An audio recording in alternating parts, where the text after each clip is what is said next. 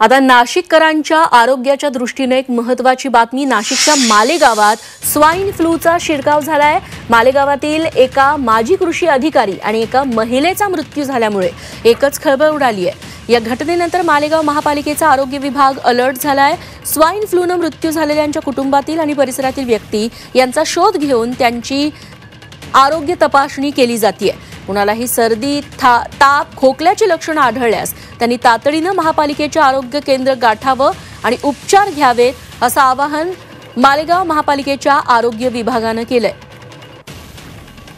तब्येत जास्त बिघडल्यामुळे आणि श्वास घ्यायला त्रास झाले असे काही लक्षणे आता आढळल्यामुळे त्यांना इमिजिएट नाशिकला शिफ्ट करण्यात आलं आणि दुर्दैवाने तिथे त्यांचा मृत्यू ओढावला गेला आणि त्याचं कारण स्वाईन फ्लू आहे हे निश्चित झालं। पण हे आम्हाला नाशिक च्या हॉस्पिटलकडून त्याचे आम्ही सगळे डॉक्युमेंट्स घेतले आणि ते कळलं।